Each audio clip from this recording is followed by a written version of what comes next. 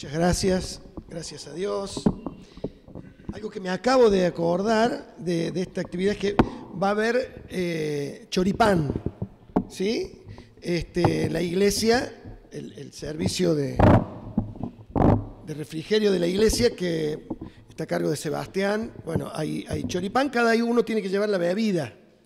Y el mate, por supuesto, con las cosas ricas que cada picnic tiene, cada uno lleva su bebida. Y contar un testimonio, porque hay cosas que es lindo contarlas.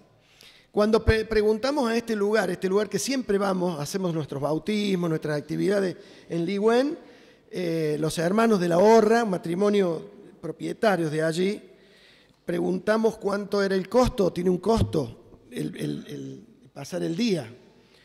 Y recibimos un mensaje muy hermoso que nos halaga y le damos gracias a Dios.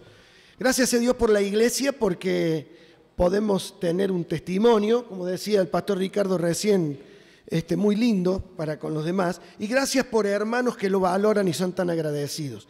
Nos contestaron que era muy difícil con esta iglesia, por la relación que había con ellos, poner un costo. Así que tomáramos nosotros la decisión de hacer una ofrenda en caso de que, por supuesto, que decidiéramos ir. Así que vamos a ir preparados para hacer una ofrenda, ¿sí? Vayan dispuestos con la ofrenda el día sábado, porque es un lugar precioso para disfrutar, canchas, la pileta, si el día acompaña después del bautismo. Después es un lugar muy lindo donde nos dan todas las comodidades y, por supuesto, con el corazón generoso, hacer una ofrenda. Muchas gracias. Gracias a los hermanos que estamos juntos. La alegría del Señor, nuestra fuente de poder. Esta semana en un devocional que recibimos, algunos, justamente este pasaje me habló muchísimo, muchísimo.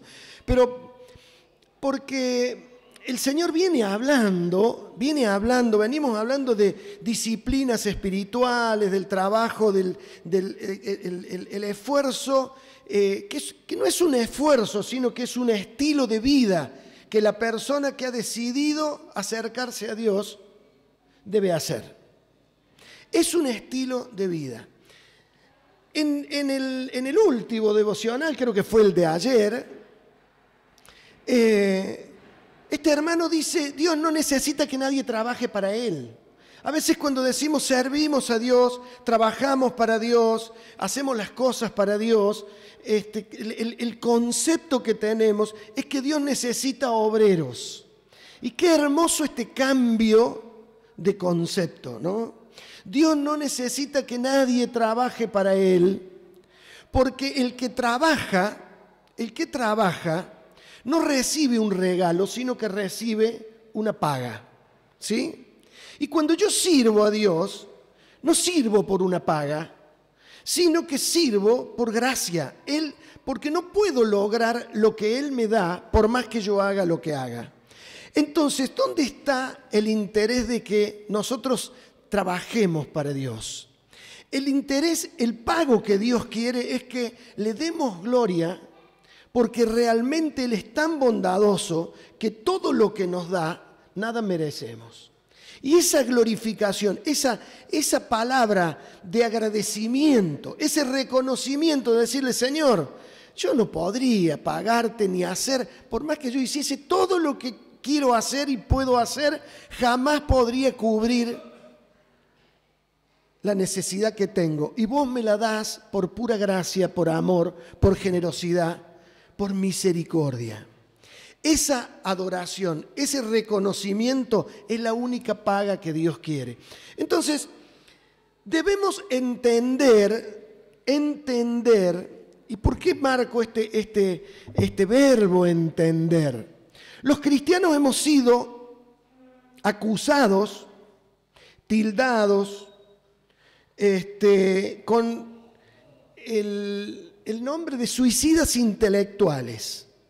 Muchas veces filosofías piensan que el cristiano es un suicida intelectual, porque hace las cosas de memoria. estábamos viendo el lunes con los hermanos el ser imitadores de Cristo. ¿Qué concepto tiene esto de ser imitador de Cristo? ¿No? Uno puede imitar como el loro. El loro imita. No podemos decir que un loro habla.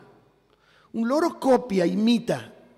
Y muchas personas que no, por supuesto, no creen en Dios, tildan al pueblo de Dios de un pueblo suicida intelectual. No pensamos.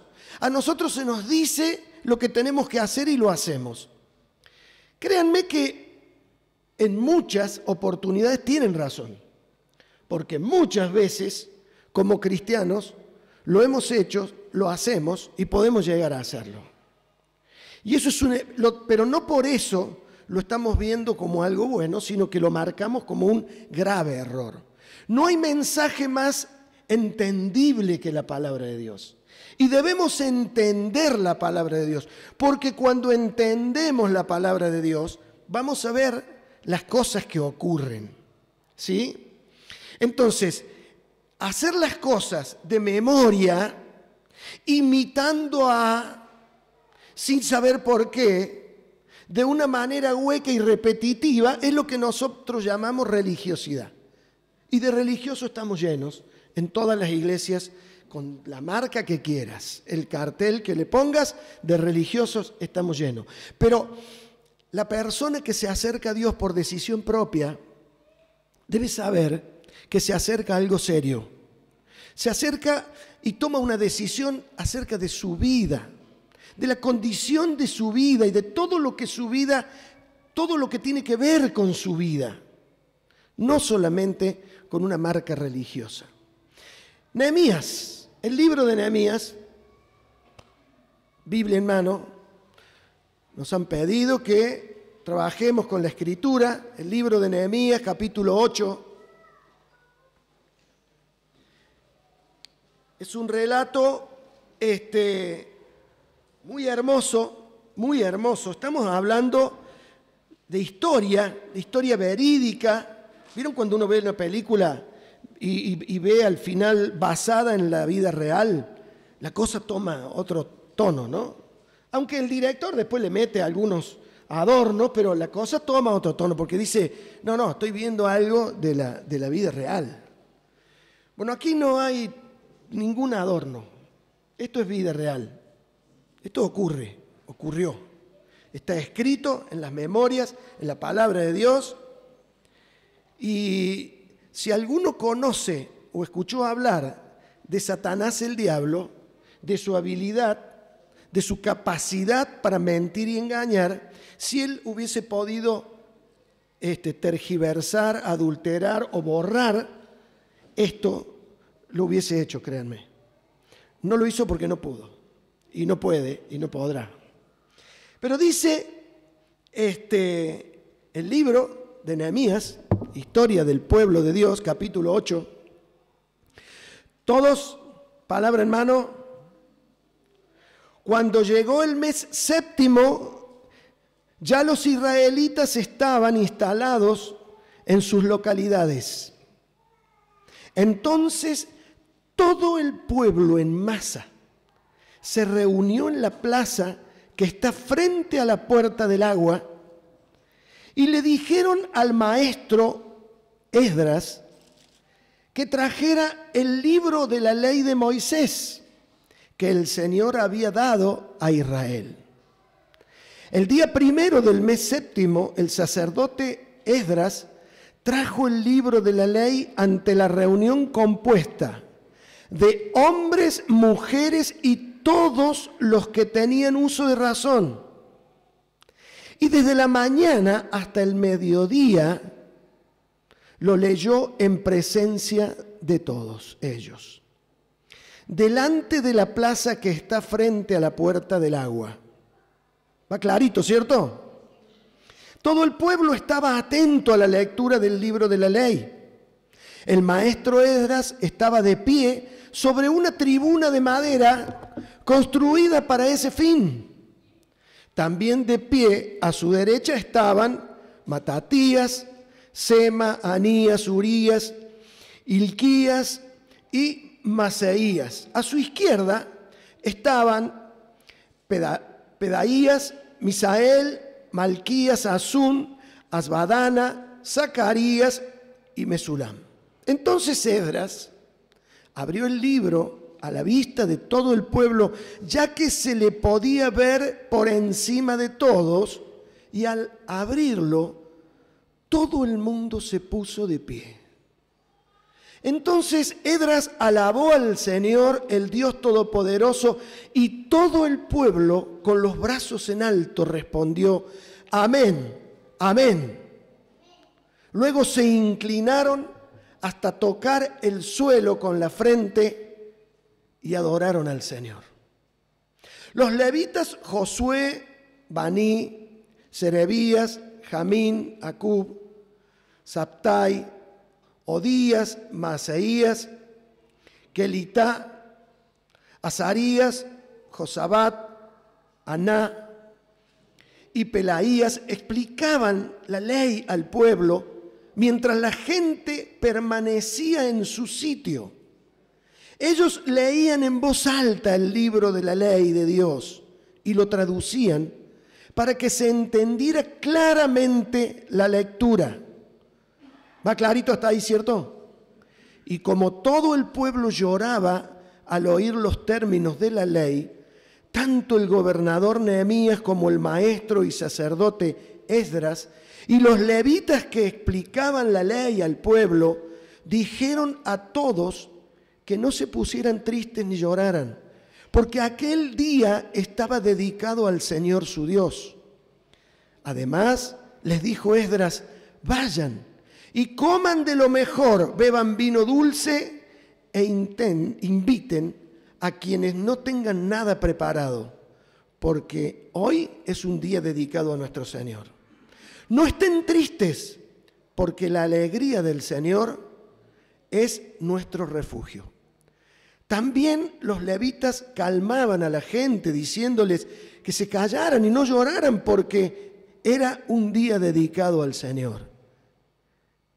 Entonces toda la gente se fue a comer y beber y a compartir su comida y celebrar una gran fiesta, porque habían comprendido lo que se les había enseñado.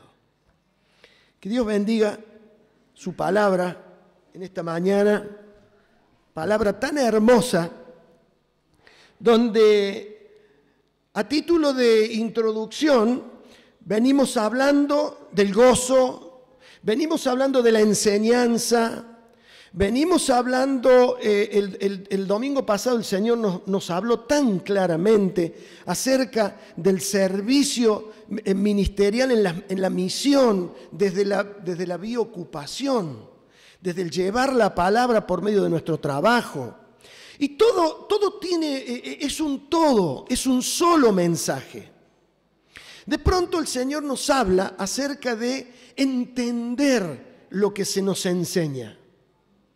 Entender lo que se nos enseña. No somos ningunos suicidas intelectuales. Queremos entender lo que Dios nos enseña, porque tiene un sentido. Y cuando entiendo la palabra de Dios, cuando entiendo a Dios, es tan lejos el oriente del occidente. Es tan distinto el entender como el simplemente escuchar, como el emocionarme, como el llorar por emoción, porque manejamos tan bien nuestra locución y nuestro manejo del micrófono y del púlpito, que hay gente en todos los ámbitos. Hermanos, en el ámbito artístico, yo siempre he dicho, el buen actor es el que te hace reír y llorar. Tiene la capacidad de hacerte reír y llorar. Pero no estamos hablando de actuaciones. Estamos hablando de que cuando Dios habla, pasan cosas dentro mío. Entonces, vamos a hacer un poquito una ubicación. El mes séptimo era el mes de septiembre a octubre. Estamos más o menos en ese mes, en el mes en que está el relato, ¿sí? El séptimo mes del pueblo del calendario hebreo, un mes bastante importante porque poblado de fiestas, muchas fiestas. La fiesta, por ejemplo, de las enramadas. La fiesta de las enramadas era un recuerdo, una memoria de cuando el pueblo judío había sido sacado de Egipto y habían deambulado en el desierto en tabernáculos. Entonces, esa fiesta era una fiesta donde similar a la Pascua, pero se recordaba aquel rescate de Dios por medio de Moisés y vivir debajo de las enramadas. Entonces se iban a los montes, se juntaban ramas y se hacían sobre las azoteas, en los patios, se hacían chozas y allí vivían. Estaban todo este mes de fiesta en las fiestas de la enramada. Estaba también el Día del Perdón, estaba el Año Nuevo y otras fiestas más. Entonces este mes era un mes bastante cargado de mucho mensaje, guardado dentro de la tradición, pero de mucho mensaje de parte de Dios para su pueblo. Nehemías reconstruye la ciudad civil y materialmente, ¿sí? El pueblo está esclavo del imperio persa. ¿Sí? El rey Artajerjes le da este permiso a Nehemías para ir y restaurar los muros de la ciudad y restaurar la ciudad política y materialmente. Pero para el hombre de Dios, para el dirigente del pueblo de Dios, sabe que, hablábamos vez pasada, ¿no?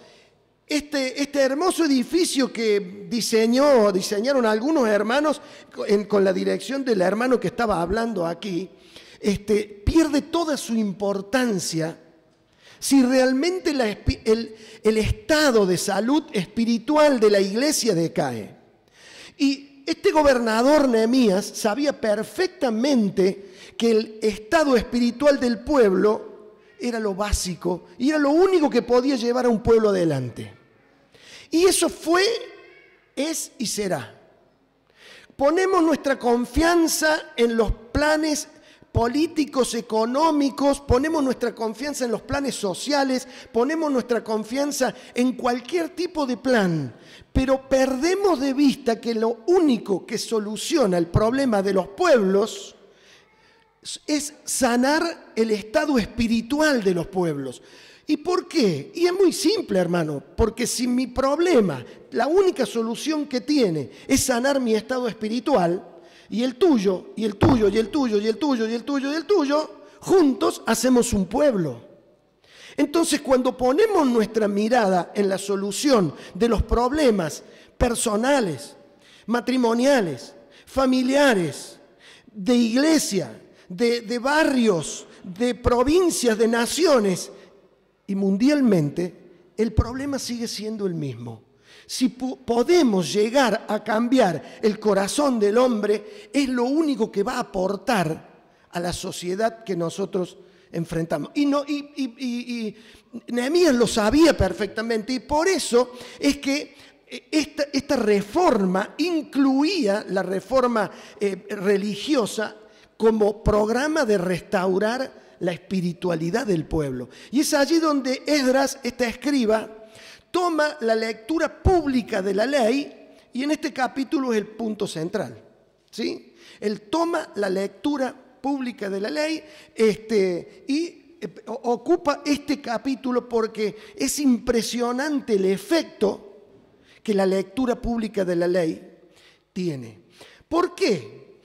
En primer lugar, muchas veces hay muchos que se han puesto a estudiar esto como un sistema para dar los mensajes, para explicar la escritura en la manera en que Esdras lo hizo. No había aparatos como estos. Entonces fíjese que se levanta una tarima, se levanta un escenario donde Esdras podría ser visto de todos lados, abre la escritura, tenía a su derecha y a su izquierda levitas que iban a explicar en los años de cautiverio del pueblo judío el idioma arameo, había sido el idioma que ellos se habían arraigado más, y la ley estaba escrita en hebreo. Entonces, estos levitas, además de explicar un poquito en el idioma del pueblo, también aclaraban los conceptos, y no hay explicación, pero podemos ver que hay toda una organización. El pueblo reunido, y yo me imagino un poco como la reunión del viernes de pareja. ¿Vieron la reunión de viernes de pareja? Alejandro tiró una consigna de acá y había 10 mesas con 8 personas cada mesa, no sé, más o menos, y había un coordinador de cada mesa. Entonces se tira la pregunta y el coordinador de la mesa, que ya trabajó previamente con el cuestionario, va preguntando a las personas, y hay una organización. Había papá vienen a la reunión de pareja, vienen papá con niños chicos. Pero los niños chicos, ¿qué pasa acá? No estaban acá. ¿No había niños chicos en este pueblo? Dice que en esta reunión estaban las personas, hombres y mujeres, y personas que tenían el uso de razón, que tenían la capacidad de razonar. Entonces, podemos imaginarnos también de que había un tipo de organización para poder venir a escuchar algo que hacía mucho que no escuchaban. Ahora, había un pueblo hambriento de la palabra de Dios. Acá los pastores podemos decir, tendríamos que copiar de Esdras, porque mira el efecto que tuvo esto para las campañas, tendríamos que usarlo como método. Es posible y todo muy bueno, pero había algo que es muy importante y que depende de vos, de yo y de vos y de cada uno. El hambre y la necesidad que yo tengo de escuchar a Dios. Dice Primera de Pedro 2:2, como niños recién nacidos busquen con ansia la leche espiritual pura para que por medio de ella crezcan y tengan salvación, ya que han gustado la bondad del Señor. Esa leche espiritual pura, algunos interpretan que es la persona de Jesús, por supuesto, ¿sí? Pero es la palabra. Gran parte de los intérpretes hablan de buscar la leche espiritual pura, la palabra no es otra cosa más que Jesús. Y es buscar con ansias. Aquellas mamás que tienen bebés chiquitos pueden saber lo que es buscar con ansia la leche espiritual pura. Pueden ver la reacción de un bebé cuando necesita y tiene hambre. No hay absolutamente nada que lo pare. Este pueblo estaba en estas condiciones. Después de 70 años de exilio, volver a escuchar la palabra de Dios. Cuando había muchos que la habían escuchado, 70 años de exilio, imagínense, alguno que tuviese 85, 80, que puede haber tenido 10 años, pero después toda la otra parte no la había escuchado nunca. La habían escuchado de comentarios, pero que tenga la palabra de Dios. Y a veces pienso y digo, ¿será que Dios me tiene que sacar, como el médico que me saca el azúcar para que me empiecen a gustar los dulces? Cuando se despierta una diabetes, nunca como dulce, pero cuando el médico me dijo nada dulce, parece ser que todo me llama la atención. Cuando yo vengo de padre hipertenso, me encanta la sal. No hubiera pensado nunca que podría comer sin sal.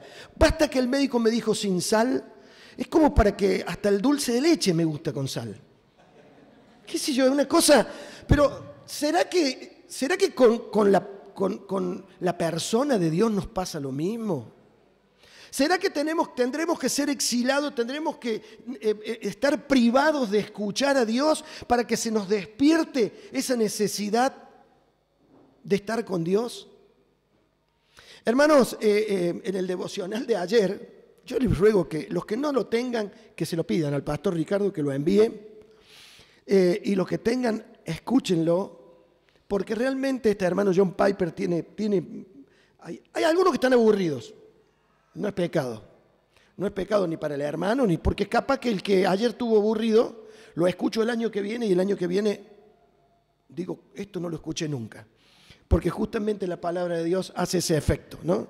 Pero el de ayer, creo, habla justamente de esto, ¿no? Busquemos las cosas de arriba, dice él. Busquemos las cosas de arriba, ¿no? Si hemos resucitado con Cristo, busquemos las cosas de arriba. Nuestra alegría debe estar puesta en la persona de Jesús. Entonces, buscar en la palabra nuestro gozo, buscar el gusto en la palabra, buscar en la palabra el entendimiento, va a ser lo que nos hace disfrutar. Las vacaciones espirituales son cosas muy riesgosas. Ojo, vacaciones son bárbaras.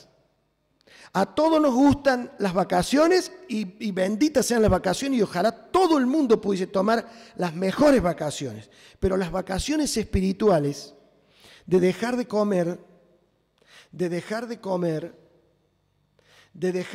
comer, son muy riesgosas.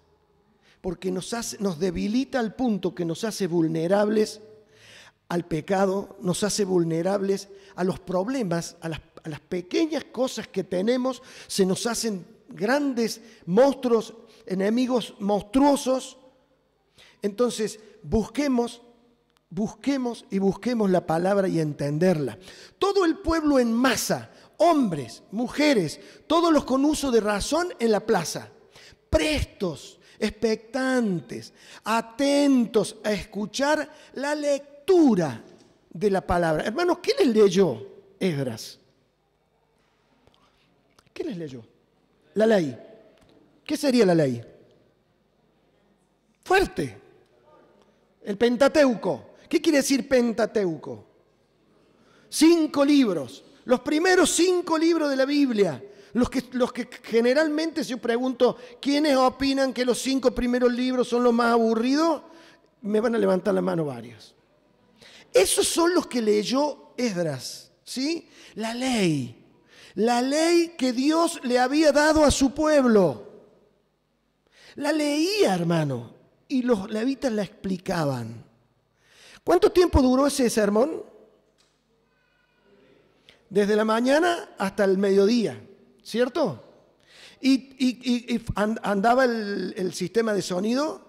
No. ¿Andaba el aire acondicionado? No. ¿Qué tal eran las sillas? ¿Eran cómodas? ¿Cómo estaban? Parados.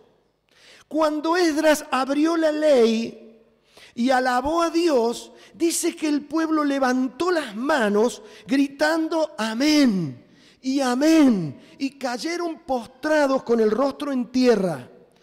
¿Qué necesidad de escuchar a Dios, mi hermano? ¿Qué ganas de decirle, Señor, aquí estoy, estoy para quedarme aquí? Me encanta esa canción que dice, yo te busco, dice, nunca más seré igual al salir de este santísimo lugar, dice la letra. Me encanta, porque cuando uno escucha y oye la palabra de Dios y la entiende, no sale igual. No salís igual. Toda la vida te cambia, toda la perspectiva del mundo y de la vida te cambia. No siempre escucho a Dios, no siempre entiendo, no tiene nada que ver con el tiempo que vengas a una iglesia. No tiene nada que ver con los institutos bíblicos que podés haber hecho. No tiene nada que ver con que des clase, que seas maestro de escuela bíblica. No tiene que ver con eso. Tiene que ver con que el Espíritu de Dios te abra el entendimiento, te abra el corazón y puedas entender. Esta gente estaba desesperada. ¿Cómo has venido esta mañana? A veces vengo con el deseo de escuchar un sermón entretenido. A veces vengo con el deseo de escuchar un sermón corto. A veces vengo con el deseo de escuchar un sermón más claro. Y hermano, Esdras era un hombre que lo único que hizo fue leer, pero lo que leyó era la palabra de Dios. A veces vengo esperando encontrar un sermón pintoresco, con mucha ilustración, no estoy en contra de nada, de hecho lo hacemos, usamos mucho el PowerPoint y lo creemos una herramienta utilísima. Pero la palabra, el contenido de la palabra de Dios y el que edifica si no está aquí, en vano podemos trabajar nosotros en el sermón y en el PowerPoint y en la explicación. El Espíritu de Dios debe abrir tu mente y tu corazón, pero debes venir predispuesto a escuchar a Dios. A escuchar a Dios. Esdras abre la palabra a la vista de todos, alaba a Dios, se postran en tierra en señal de adoración. Se leyó la palabra desde el amanecer hasta el mediodía y los levitas la explicaban. Y la explicaban. Y alguno tenía duda y otro decía que sí, que la entendía. Y iban explicando la palabra de Dios a uno y a otro. Y dice que el pueblo lloraba al oír los términos de la ley. Y uno dice, ¿cómo pueden llorar leyendo el libro, recitar el libro de Levítico? El libro de Números. ¿Cómo pueden llorar escuchando las genealogías? Sí, si el que habla es Dios. Fíjense Lucas 24:32. Muere Jesús, van de camino a Emaús, aquellos dos que van muy bajoneados, con muy mal ánimo. Ha muerto Jesús, el que iba a salvar a Israel, el rey, el que se iba a imponer ante el imperio romano, y vamos caminando con toda la tristeza y se aparece uno y pregunta, y de pronto que no conocemos quién es, nos dice y nos empieza a explicar, y cuando llegamos nos damos cuenta que había algo distinto. Y dice que se dijeron uno al otro, ¿no es verdad que el corazón nos ardía en el pecho cuando nos venía hablando por el camino? ¿Y qué hacía? Y nos explicaba las Escrituras. Y lo que le explicaba Jesús era la ley y los profetas. Y Jesús les explicaba, les decía, pero tan tardos para entender son ustedes. ¿No entienden que esto tenía que pasar? ¿No entendés que la prueba tiene un motivo? ¿No entendés que las vicisitudes de la vida te tienen que llevar a buscar a Dios? ¿No entendés que la encarnación de Jesús no es un acto mágico ni de superhéroe, sino que es un acto de humillación? Entonces, cuando voy entendiendo la obra de Cristo, las canciones que canto toman otro sentido. Cuando yo canto que Cristo bajó del cielo y respiró el polvo y vino a servir al pecador, se me quiebra la cabeza, hermano. Cuando leo Filipenses capítulo 2, que dice que se humilló y que haya uno en otro, el sentir que hubo en Cristo Jesús, el cual siendo igual, el cual siendo Dios no estimó el ser igual a Dios, sino que se humilló y se hizo hombre, un hombre cualquiera. Se me quiebra el corazón. Entonces digo, esto es lo maravilloso de Jesús. Pero lo tengo que entender. Y no es un entendimiento humano ni lógico, es un entendimiento espiritual. Y las cosas espirituales, dice Pablo, se entienden espiritualmente. Pero podés pedirle a Dios que te dé entendimiento espiritual. Debe ser un clamor tuyo, Señor, dame inteligencia espiritual, entendimiento espiritual, para que el Espíritu por medio de la palabra me convenza. Esta gente se convencía de pecado y lloraba y se quebraba, y cuando Dios le hablaba, ellos no podían dejar de llorar, al punto de que tanto el gobernador como el escriba y los levitas decían, paren, no lloren de tristeza. Algunos lloraban de gozo, algunos lloraban de emoción, y me encanta